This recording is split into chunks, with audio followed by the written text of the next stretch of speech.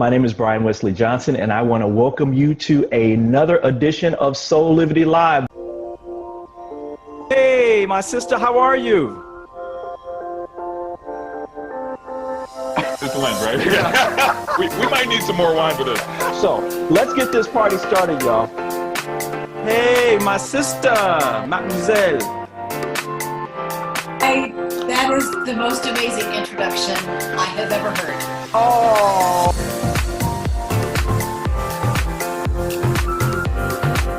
Of myself and Madison, Westley Johnson.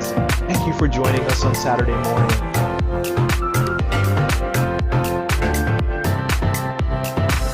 You a life full of passion, purpose, and high quality living. See you next time. Bye.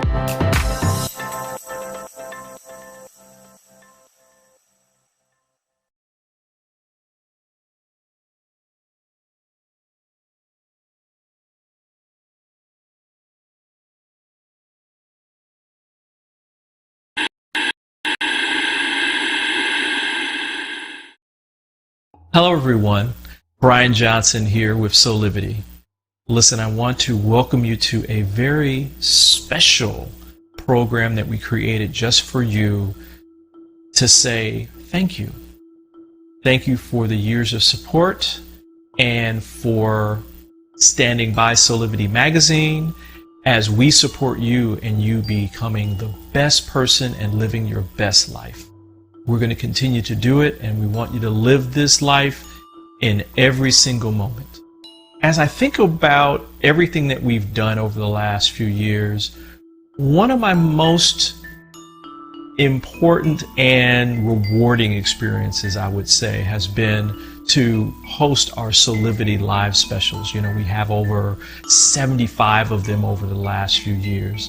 And, you know, I've interviewed celebrities, I've interviewed authors and thought leaders and just purely inspirational people, and I can't wait to do more.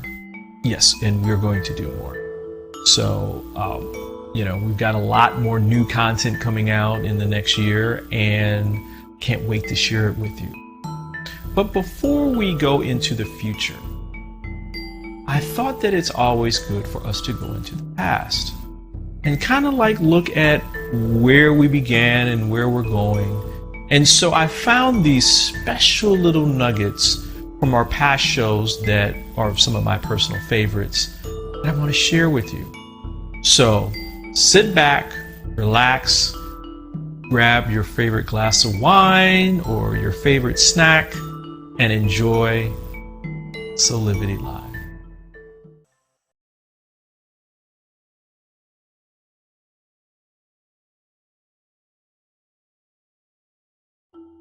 So let's kick our special off with a clip with one of our interviews from 2017.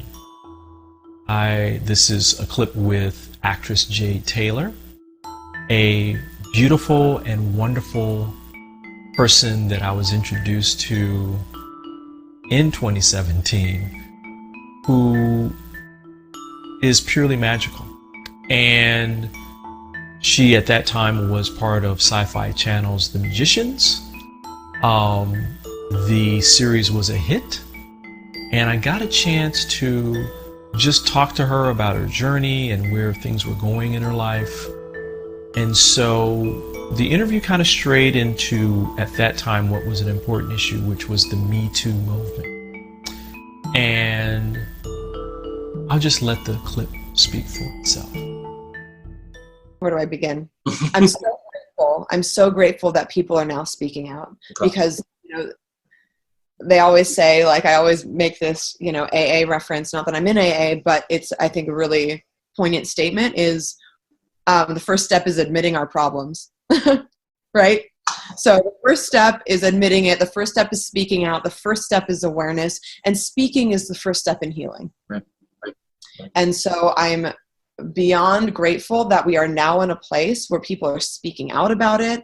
People are like actually dealing with the repercussions of their actions for the first time. Right. I mean, I was on set the other day this was so crazy. So I was on set the other day. We were in one of these elaborate sets, and we're on this huge like throne bed. I'm on one side of it looking at my camera because I was doing this silly recording thing. I basically did a music video for our entire cast and crew. And so I was shooting that day, and our director was on the other side of the bed. He was sitting on the bed on like in the corner with his foot on the ground, and I'm like laying on way on the other side. And our camera guy comes by jovially saying, "Oh good, his foot's on the ground, then you're okay." But there was actually a rule years ago that if you had one foot on the ground, then it wasn't sexual harassment. Really? Yeah. Okay, I learned something new today. Isn't that crazy? So I was like, what are you talking about, Tenzin? This is like, that's a silly, silly statement. And he's like, no, this was actually a rule. So I looked it up, and it was actually a thing. And I just find it so fascinating. I mean, we've come a very, very, very long way since the old days of Hollywood. I know I've studied about a specific actress that I'm not going to mention right now, but because I'm writing a script about her. So you'll see. But that dealt with a lot of sexism, and just learning about how she was basically coerced into doing like a nude scene and like a scene where she had to like assimilate a sex scene when she was by herself, but the director forced her into doing it.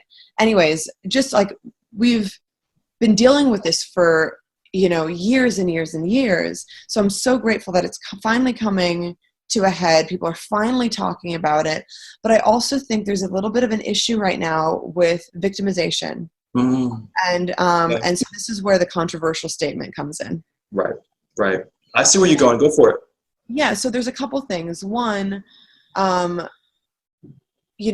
think there's a huge difference between somebody actually being sexually assaulted and raped, or sexually assaulted, raped, verbally assaulted, all of these things, and then somebody like being somewhat inappropriate.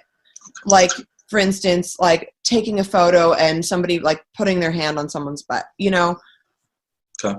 I think, yes, that's absolutely inappropriate, and that should not happen. Right. Yet, I think some people are coming forward and saying things like it ruined my life for like a little photo like that happening. Yes, I should be reprimanded for it. Right. But I don't want women to be victimizing themselves to the point where they're not accredited and they're not taken seriously for these accusations. Okay. And there's a fine line there.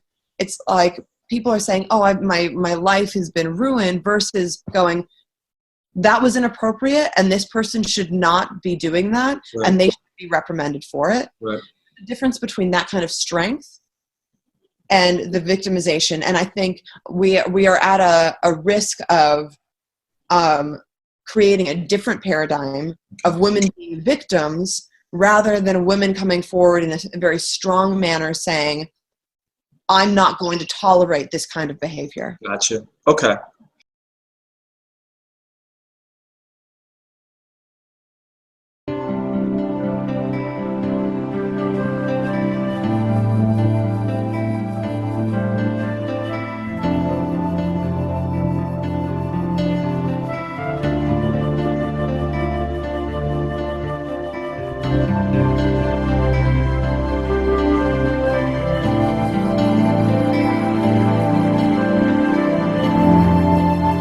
Watch Live with Jesse and Melva right here on Soulivity TV every Sunday at 5:30 Eastern.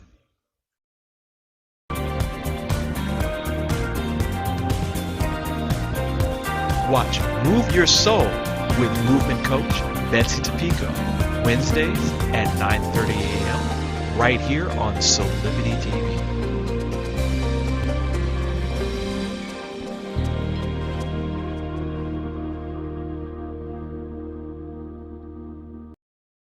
Soulivity Magazine and Beyond Words Publishing want to remind you about the importance of continuing to follow public health guidelines to protect yourself, your loved ones, and your community. Please continue to wear a mask, wash your hands, and watch your distance.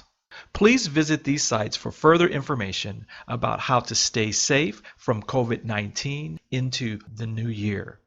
Remember, love protects us.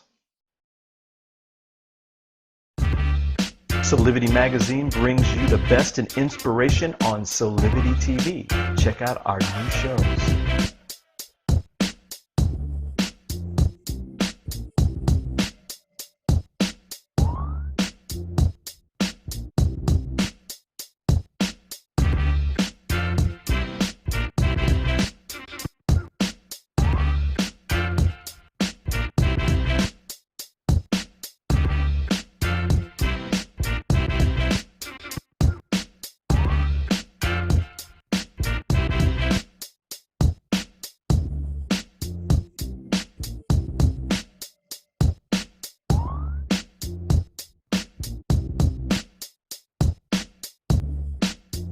Mark your calendars for Soulivity Magazine shows by going to soulivity.com now.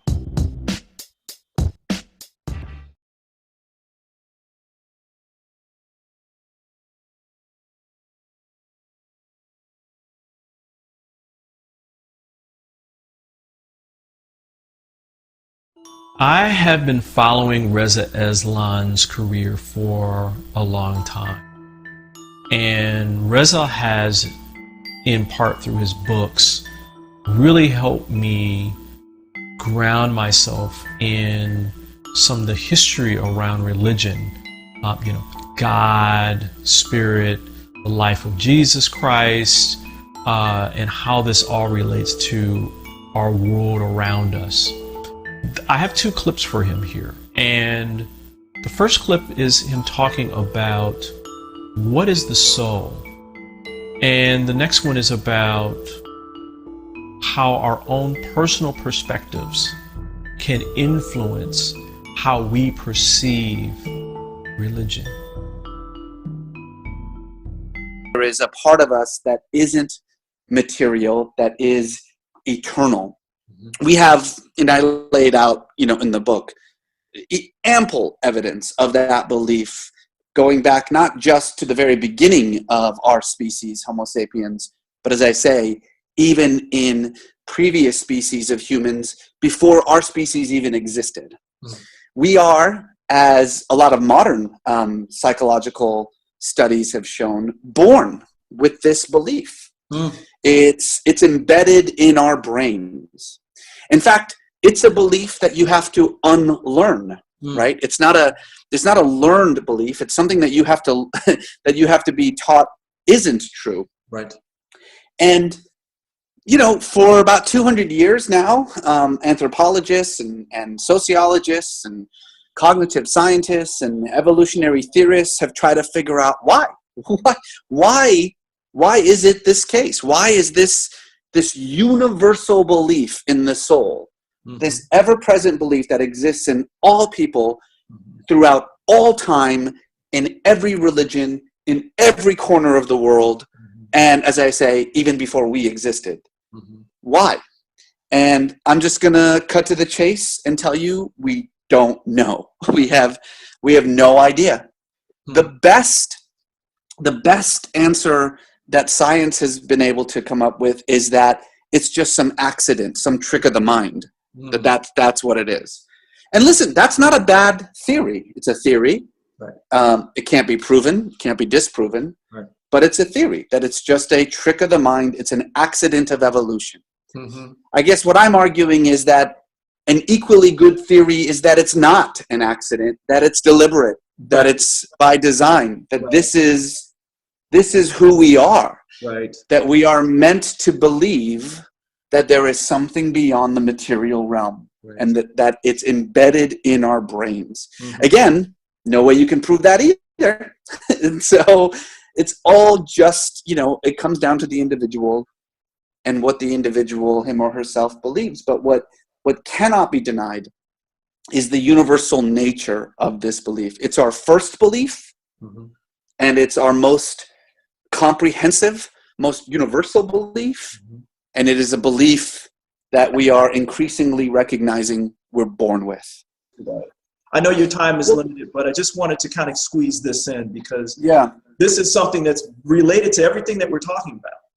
And yeah, it sure is. I can't in good consciousness not talk about it. So, well, look, if we have this compulsion to conceive of God as a divine being who looks and thinks and acts and feels like we do, then what that means is that we create a God who basically becomes a projection of our biases and our bigotries, our virtues and our vices.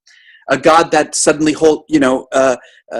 has our politics, our social views, right? And so, of course, I mean, that makes perfect sense why then you see religion become such a destructive force in the world. How religion can be used to fuel violence and bigotry. And how religion can be used to manipulate people into voting against their interests. How religion can be used, as it's being used right now in Alabama, to excuse pedophilia and child molestation. And, if you're a good, faithful person, you got to be scratching your head and thinking to yourself, what the hell is going on? How can this possibly be? And the answer is simple. When you create a God that's just a divine reflection of yourself, then you implant in God everything that's good and bad about you. And so we then we construct these religions based on our own strengths and our own weaknesses. And so, there's a lot of ways to get around this. There's ways to, I think, promote peaceful interpretations of religion and for people of faith to make their voices heard and to drown out those who use faith for evil purposes. But in the end, it all comes back to this cognitive impulse that we've been talking about all along. And so I end the book with an appeal. What I'm asking people to do is recognize this unconscious impulse that we have and to do something about it, to stop thinking of God in human terms, to dehumanize God, if you will, and instead think about God the way our ancient ancestors, Adam and Eve, did, frankly, the Homo sapien version of Adam and Eve, as the divine nature of the universe, as the force that underlines all things. If we figure out a way to construct our gods not as some kind of divine personality, but as a divine force, then you recognize that God is much bigger than any one religion. Right. That people of faith have far more in common with each other than their dogmas or their doctrines or their institutions. And I think that really is not just a recipe for a much deeper spirituality, but it's a recipe for a modern spirituality, one that allows someone to have that deep, meaningful experience of the divine in the world without the baggage of these man-made religions. Right.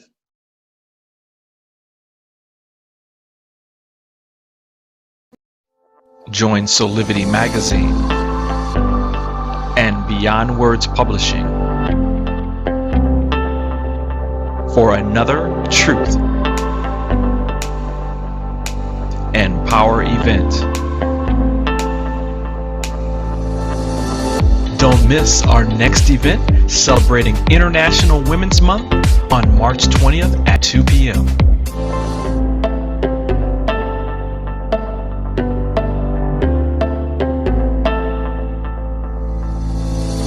We'll see you then.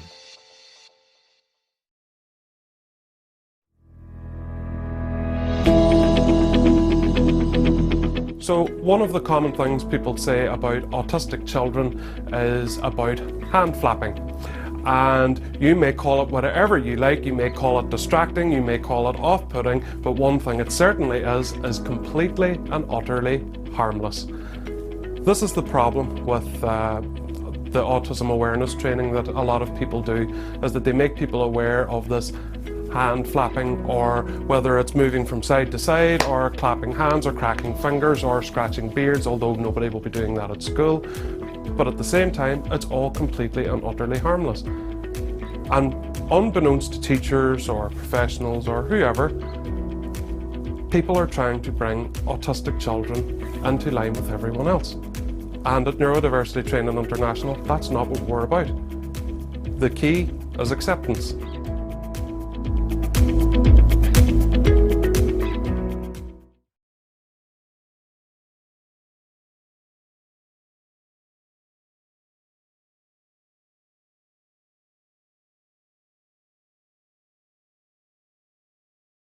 You know how when you meet somebody for the first time and how it feels like you've known them for a very, very long time?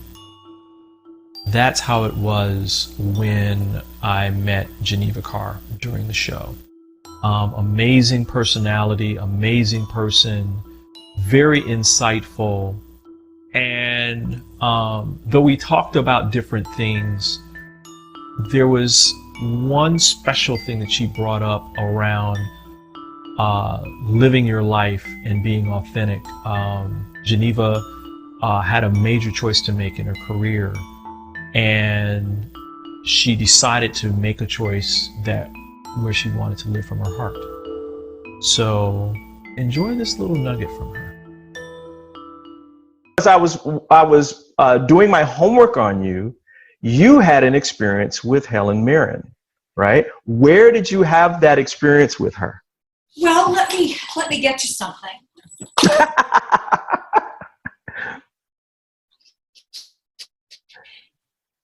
a little picture from Tailor. Now, 2015, I was nominated for a Tony along with several of my friends in an amazing show called Hand to God.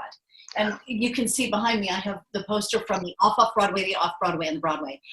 And I was nominated against and happily lost to Helen Mirren. And I'm going to tell you, I've met her several times during that experience, but the best was you get nominated on a Tuesday morning. Mm-hmm. And Wednesday, before you have to do a matinee and an evening show, you have about 50 interviews. Wow. And I went to go do all I cared about was seeing Helen Mirren, because there's so much rush and bumble. They actually don't introduce you to anyone. And as I was leaving, you know, this event of all these interviews, I see in the distance Helen leaving. Of course, she looks amazing. She has this gorgeous, like canary yellow Dolce & Gabbana jacket on. And I said, Helen! Helen! She finally said, it's Geneva Carr! And she said, oh, darling, enjoy every moment. Oh, that's spot on. Who I was, which, you know, it's like, Helen Mirren knows who I am. Because, you know, when she got nominated, she's like, who's Geneva Carr? But she said that to me, and I was having dinner with my boyfriend last night, and he brought that up. What? Something he said. We say to each other, darling, enjoy every moment. There is something about that day in my life, and she said that to me. It is a lesson for living every day. Oh. This moment is it. And what an incredibly generous thing to say. Wow. She said, I know who you are. I recognize you. I see you. I respect you. Wow. And I lost to her very happily. It was the best night of my life. She came to see our show as soon as she had a day off from her show. And when she came backstage, we got to, you know, spend time with her, and she had not a stitch of makeup on, did the pictures, did the whole 9 yards. And she said to me, this is my first day off since the Tonys. I had to beat you before I saw you. Wow. And wow. That's just how you do it. That is how you do life. You know, when I read that about your experience, and of course, you know, when you meet her, she's just purely authentic. Yes. By the way, her French is flawless. Oh, I didn't know that. Yeah, she said that she spent like 15 years in France. So when next time you make sure you speak to her. But do you feel as though, I mean, you kind of, when I read it, I didn't read it like the normal kind of thing where people say, oh, well, you know, meeting her was like, oh, just so wonderful, whatever it is. I really felt, because we've talked before, I really felt as though this was like a foundational, like a milestone for you, right? Tell me how that, I mean, did you feel like the decisions that you made years ago to leave Wall Street and actually pursue your passion, was that kind of like, did it go back to that and you're like, yeah, I made the right decision?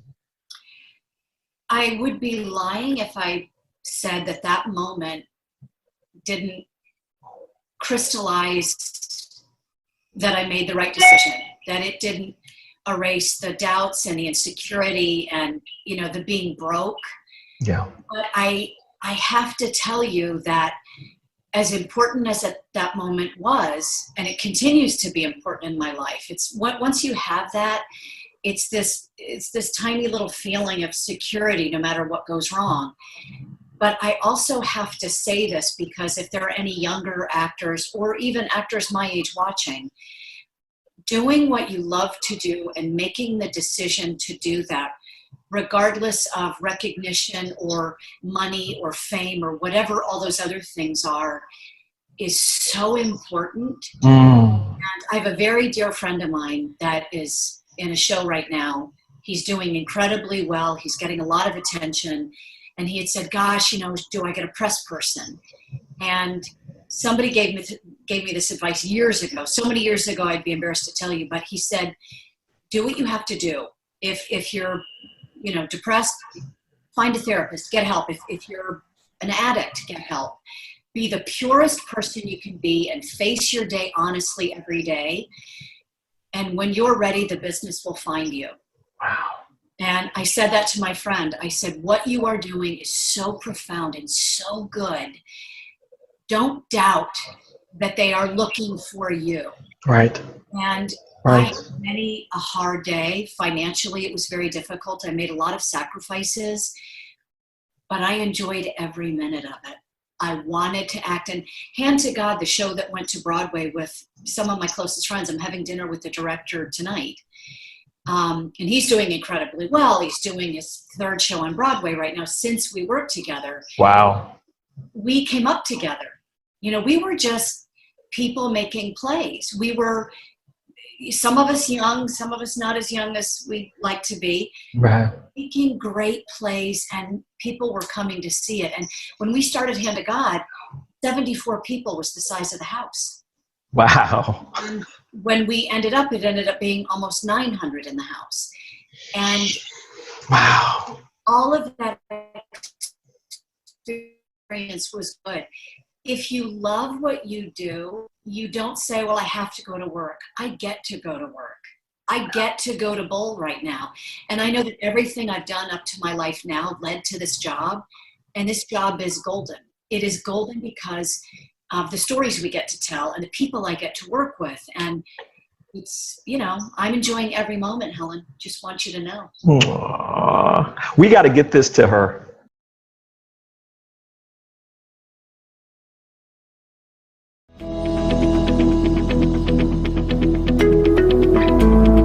Look up the dictionary and look up the word autism in the dictionary. And this is the definition that you'll get. It is a neurodevelopmental disorder characterized by obsessive and repetitive behaviors.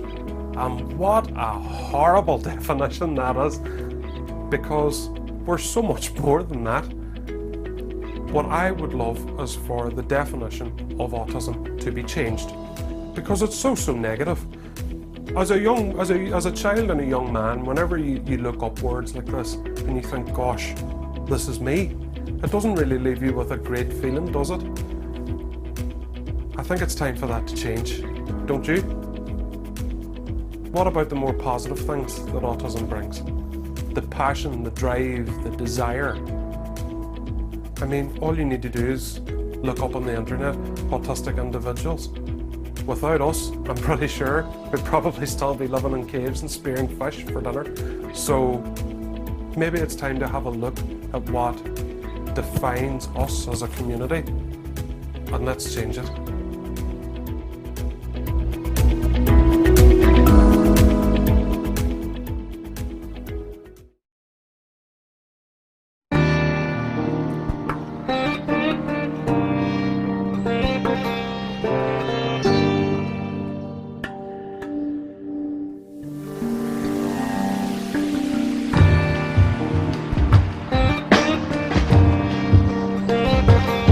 watch Beauty and Gratitude with your host D'Angelo Thompson every Friday at 8 p.m. right here on Soulivity TV.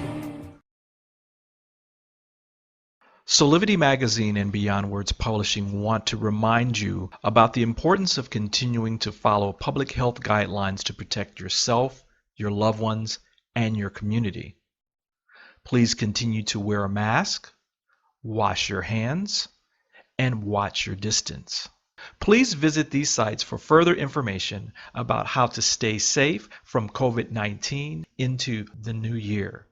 Remember, love protects us. Hi there, Sheila Applegate here with some exciting news.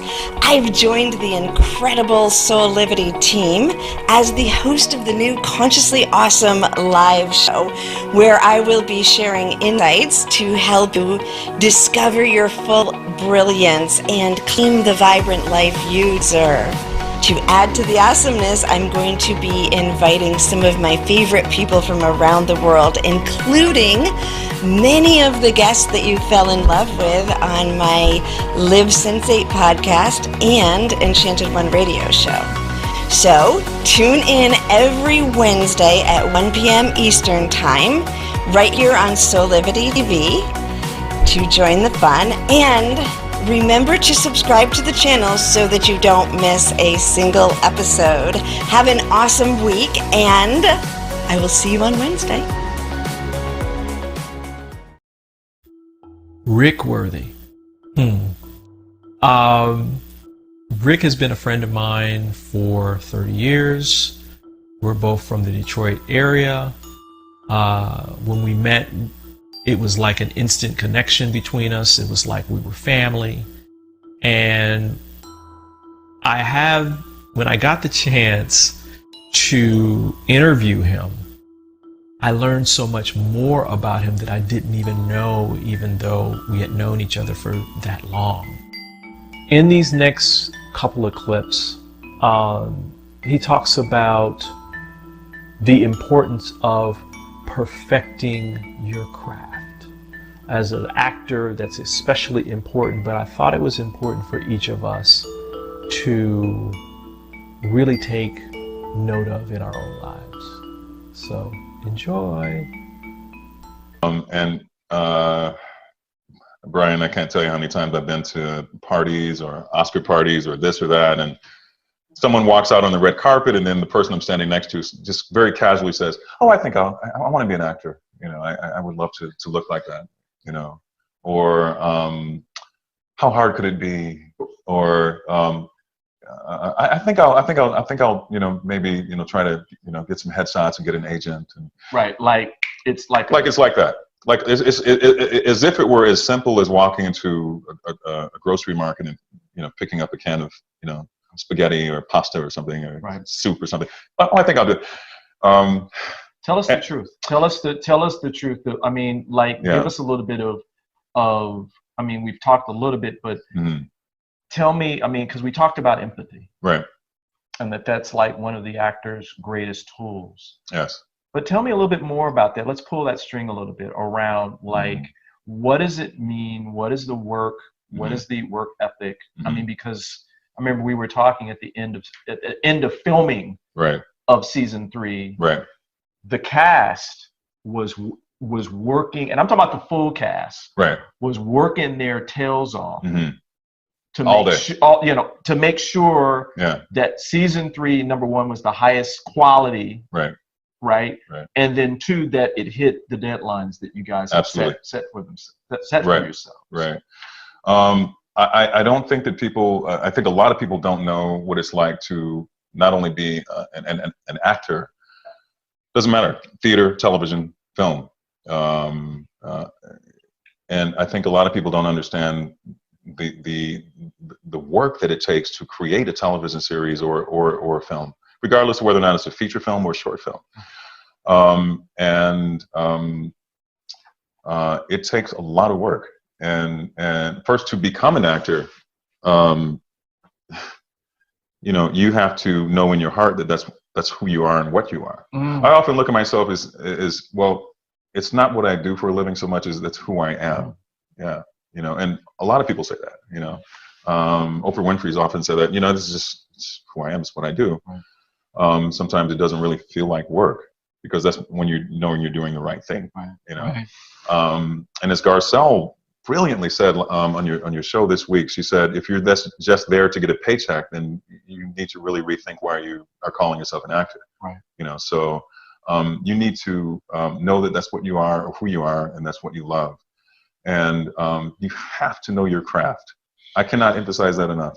You know, it's not a matter of just showing up in Hollywood and getting an agent. You know, and I'm here. And here I am. Hire me. You know, and I've met, you know, a lot of people like that. You know, of all ages too, not just young people. So I come from theater. I have been on stage in front of hundreds of people, 20 people, 5 people. I give the same performance every time. It doesn't matter if Obama's sitting in the front row, which he hasn't yet, but or that'll be awesome to see President Obama sitting in the front row. But I've been, you know, in front of people and performed and learned my craft, and that translated just so smoothly to the camera. You know, and it's just a matter of sort of adjusting your performance to the lens.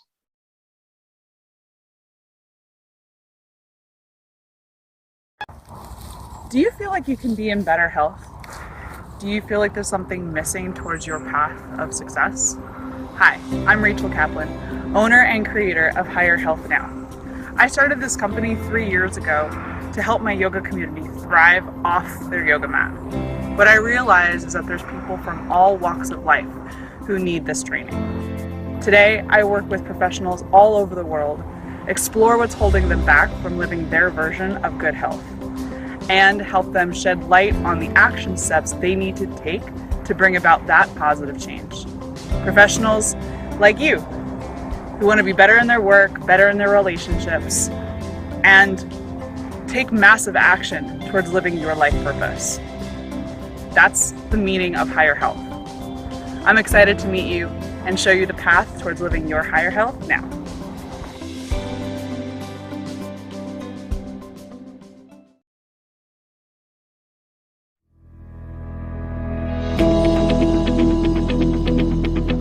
You've all done autism awareness training, but what did you really become aware of?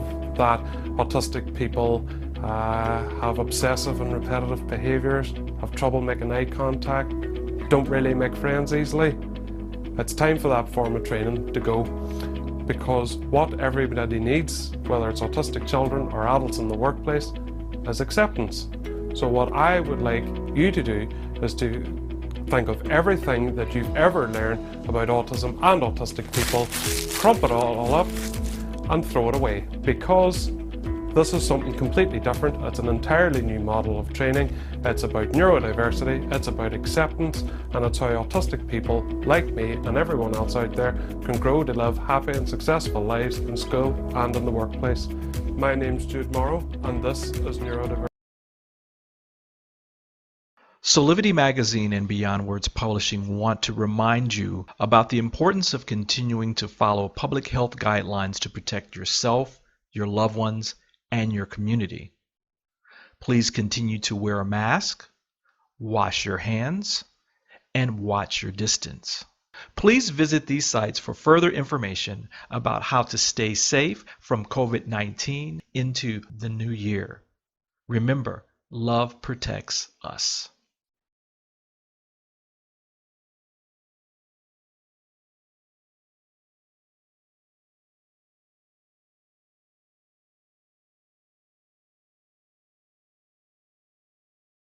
One of the highlights of Soulivity Live was to interview Garcelle Beauvais. To call myself a fan of hers would not encompass how I feel about Garcelle in terms of just this personality. I had always heard that you see what you get, and that what you get is this wonderful and warm and very open and down-to-earth person. And when I interviewed her, they were right. So I wanted to include something from her for each of us to think about that has been a guiding principle in her life. I'm sure that she shares this with her own family. So I wanted to share it with you. So enjoy me and Garcelle Beauvais. See you. Question: how do you find balance with acting, fundraising, producing, writing, and being a mom? Yeah. That's, you know, I don't know sometimes. Sometimes it's really hard. I think, you know, my kids obviously come first, and I try to do that as a parent. And even the other day, I was going for a walk with one of them, and I said, you know, you're my priority, right? And he's like, Mom, I know. Right. Kind of rolling his eyes, but that's important to me. Right. I don't know. I just, you find a way to do it. I mean, you know, other parents do it. My mom did it. Yeah. I think you just, I love what I do.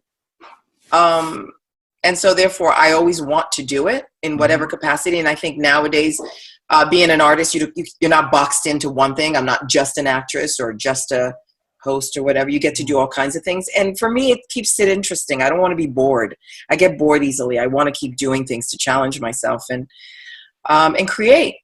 It doesn't feel like work for you, does it? Like work, right? I mean, there is work in it. But it doesn't sometimes, yes, but not always. Not always. You know, like anything. Right. You know, there are days that are great, and there are days that I want to stay in bed and not come out. But at the end of the day, I love what I do. Wow. Okay. I'm going to ask you the last question, and then we'll start kind of wrapping here. Living the life that you've had, and for those that may not be happy in their life situation, specifically professionally, what would be your words of inspiration for them? Oh boy, that's a good question. You know, I think you have to stay true to who you are and what you really want. You have to really listen to your soul. If you're going to work just for a paycheck, I think sometimes that makes you unhappy. I think you have to go to work doing something that you love. And I remember Russell Simmons saying that what you do, if you love it enough, you would do it for free. Yeah. Right. And I think that's really true too.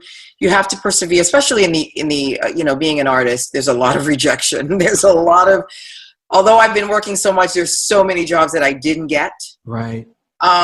And that's part of the process. But I think if you follow your truth, and that's really something you want to do, you got to persevere. You got to stay with it. You got to have a support system that tells you that, all right, you didn't get this one, but you know, the next one's coming around the corner. And it happens. Wow.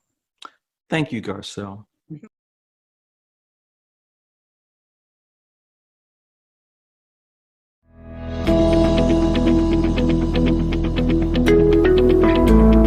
Maybe not so much in the UK and Ireland, but certainly in the United States, I would find that a lot of people use the word autism to describe someone who has an intellectual disability. Now let's just clear a few things up. Yes, those with intellectual disabilities can be autistic, although by and large, autistic people tend not to have intellectual disabilities. That's where it lies. And this is where the problem really is that a lot of people think that autism is an intellectual disability, whereas it isn't. What it is simply a different way of processing and communicating information. So if I were to ask and plead for one thing, it is please, please do not use the word autism to describe a learning disability, although I do keep in mind that there are those with learning disabilities who are autistic as well.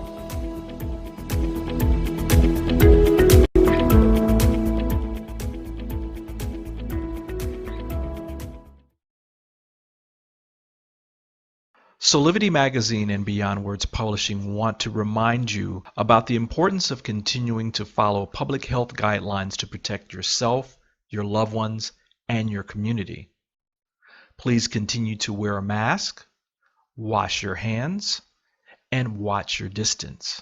Please visit these sites for further information about how to stay safe from COVID-19 into the new year.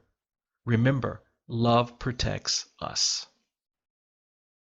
Well, thank you for joining us. I hope that these special little nuggets sit with you well as you move into the next days of your life. I hope that you will continue to perfect your own crafts and, move into your own journeys with passion, purpose, and great quality living. We will be here to support you along the way. Until next time and until our next show, I want to say thank you for everything and